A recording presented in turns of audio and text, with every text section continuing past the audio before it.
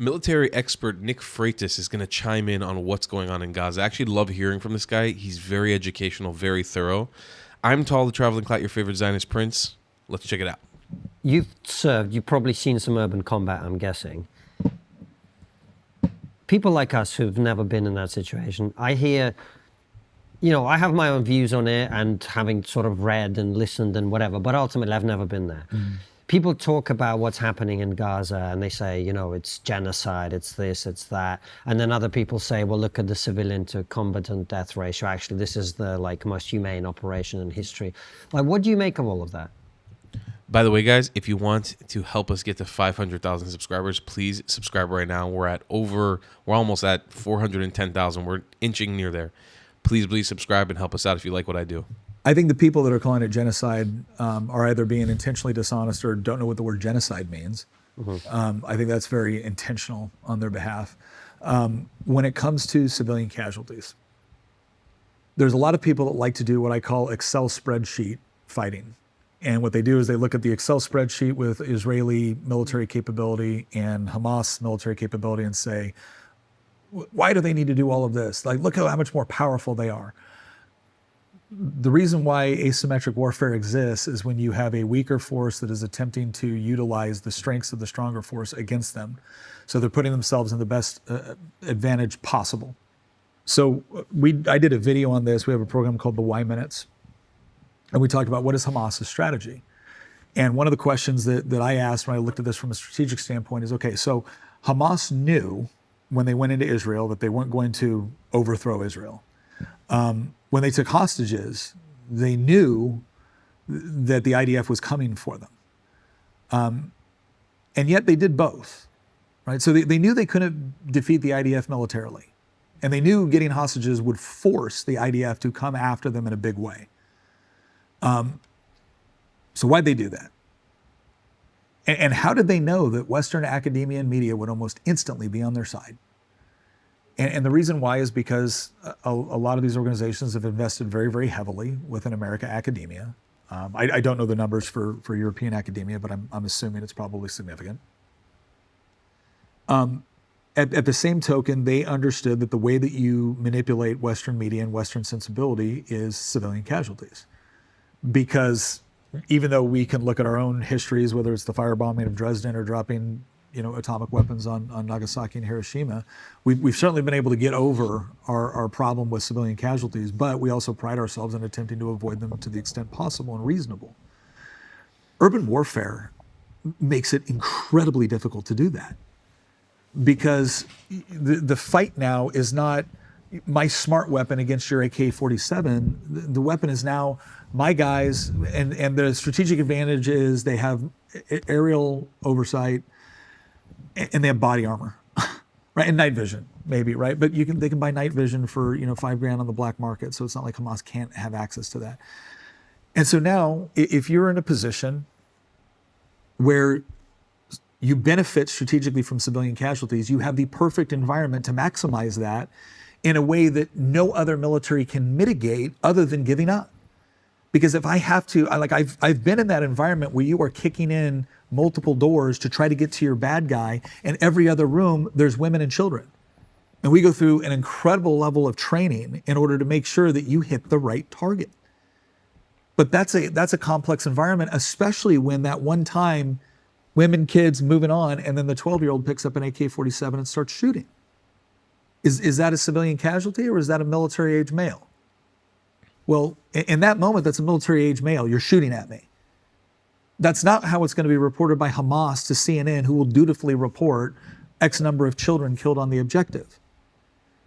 So what is considered reasonable mitigation of civilian casualties? Well, it isn't warning everybody ahead of time that I'm going to go into your neighborhood. It certainly isn't calling them on their cell phones ahead of time and saying, hey, we're about to attack this area. It isn't doing drones where you bring stuff down going, please leave the area, we're about to attack this house. And yet the IDF is doing those things. I'm sorry, but there is no measurement that we can utilize with respect to how militaries engage in combat operations with a legitimate and honest attempt to mitigate civilian casualties and not come to the conclusion that at the very least the Israeli ground forces have have gone above and beyond whatever those standards might be.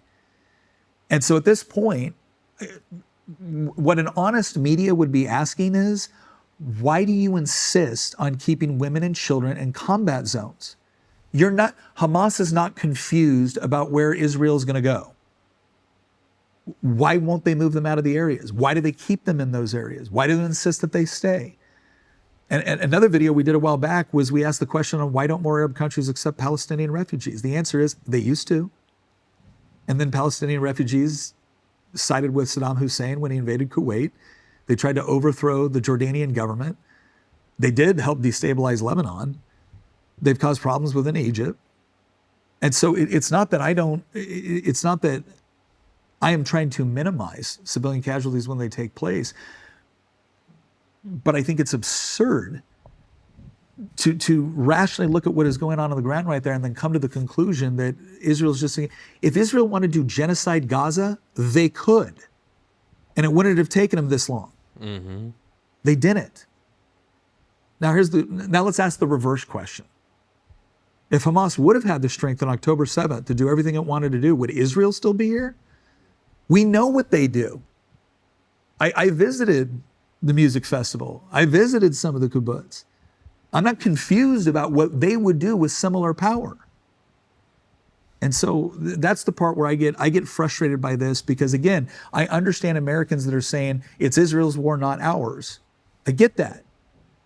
I get it when they say it's Ukraine's war, not ours. And I do believe that, again, we should think strategically about what our involvement's going to look like. But I also think that we shouldn't engage in this kind of moral relativism where it's just not our problem. Okay, not primarily. But Hamas actively seeking, targeting, and killing women and children because they believe it's perfectly morally justified, taking hostages. I'm looking at some of the people on the right, too, that are talking about this, especially some of the tough guys on the right. And I'm like, if it was your kid in Israel right now, you would not be calling ahead to see, hey, just wanted to let you know we're going to be coming in. You'd be kicking doors and beating the living piss out of people. So spare me your moral outrage when Israel wants to do the same thing. I once did the numbers. I was like, okay, if Mexico crossed into Texas, killed 40,000 people, and kidnapped another 1,500 to 2,000, and then the EU called for the United States to engage in discretion and a ceasefire, I can tell you how quick we tell them to go F themselves before we went down there and proceeded to demonstrate to everybody in the world that that was a really bad idea. So I don't want, look, I don't want Palestinians to die. I don't want Israelis to die. But if one side gets to continually engage in terrorist operations and start wars with the rest of the world just immediately calling for a ceasefire the moment you hit back, that's absurd. And what you've actually done, what the West has taught Hamas, is that the more civilian casualties you get, the more funding you get, and the more support you'll get. We've incentivized them killing their own civilians by not demanding that they not do that. He's got it 100% honed down, and I really think that one thing to draw from this conversation, which I think is probably the most important thing, any other country would fucking. He said if the EU told us to, if America was attacked by Mexico and the EU were to chime in and say, hey, you have to show restraint, we would bomb the EU. That's America. America would bomb the EU just for saying that. I'm not even joking. That's not me being hyperbolic. That's true. There's no other country that's held to the standard that Israel's held to. Not one. Not one. But again, that's the blessing of being a part of Israel. We don't get to fight. We don't get to fight a fair fight, but we always come out on top, and we always will. Just remember that. Remember that when you have your doubts about which side you're supporting. Remember, we'll still be here. We'll still be here. After everything, we'll still be here. I might be dead. I might be killed. God forbid, but I might be killed. But we'll still be here. And they won't. See you guys in the next one. I love you long time. Goodbye, Klats. If you believe in my content and want to support me, just know your help is needed. There's a bunch of great ways to support me, being PayPal, Buy Me a Coffee, or joining my Patreon community down below. Patreon is the best way to support my channel, and you'll get a bunch of cool perks depending on what tier you join. Another great way to support me is by buying my merchandise on thetravelingclat.com. I regularly drop new merch designs like this beautiful hat, or this amazing shirt, where you can support the channel and get something cool for yourself. I also have an amazing Discord community with people from all over the world. Thank you so much for your support.